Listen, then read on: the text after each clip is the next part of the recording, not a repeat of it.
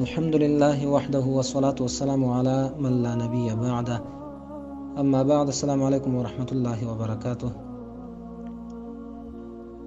زموږ استاسي د درس عنوان ده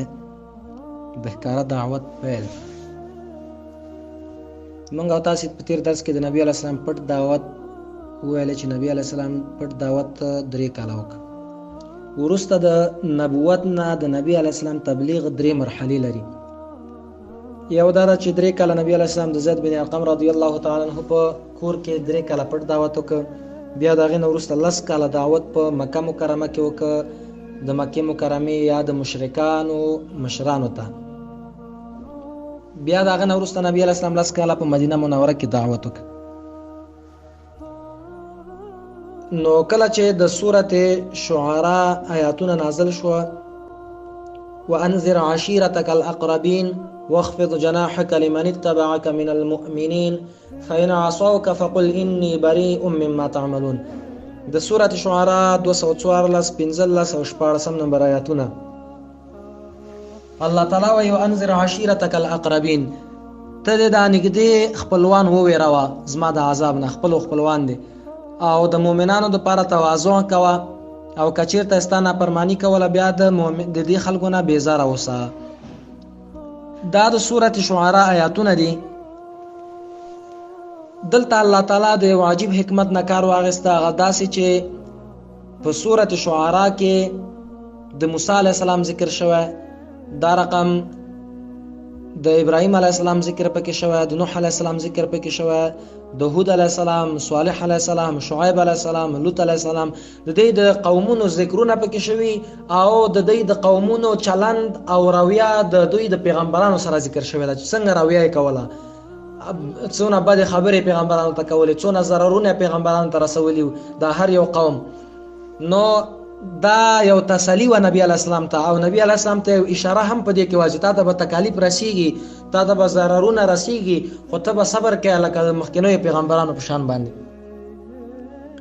نو چې کله نبی علیه السلام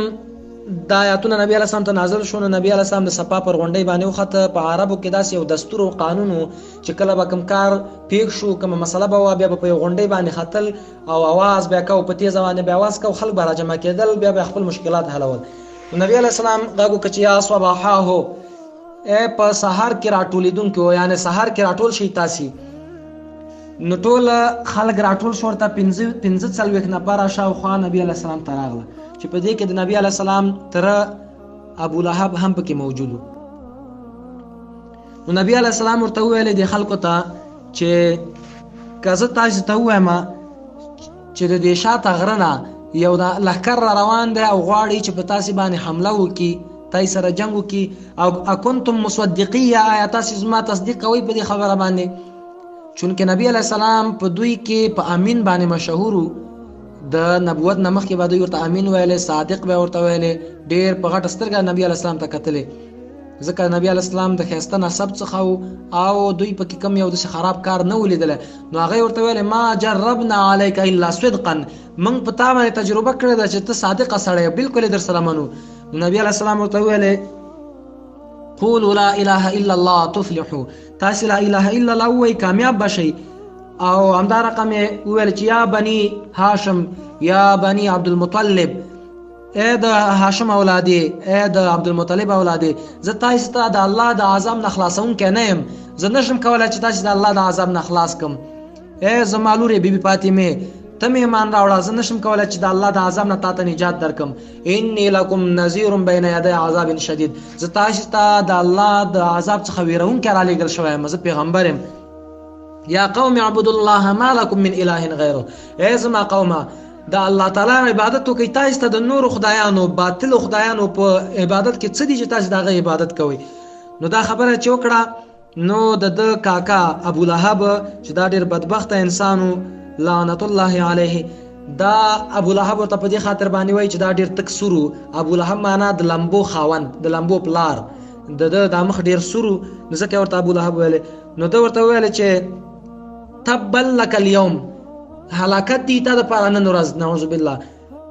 الهذا جماعتنا، دی خبرې ته موږ را جمع کړیو، دا ټول د ورځ د موږ باندې خراب کړو دي خبره ته را جمع کړو نو نبی علیه السلام ته ډېرې بد خبرې وکړې ډېرې سپکې سپورې خبرې نبی علیه السلام ته وکړې نو الله تعالی سورته لهب راولېږه الله وایي تبت یدا ابي لهب وتب هلاک شول مات شول لاسونه د ابو لهب وتب او هلاک دي شي الله تعالی وایي ما اغنى عنه ماله وما كسب دفع نکد الله تعالی عذاب ددنه د مال او د کسب چې کوم کسب د کو سيصلى نارا ذات لهب ډیر زرد چې الله وي موږ به د سی ورته داخل کو ذات لهب چې لمبو والا ورده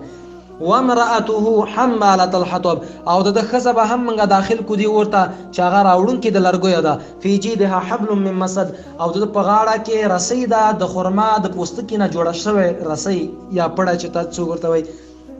دی دواړو هم ابو لهب هم خزه ام جمیل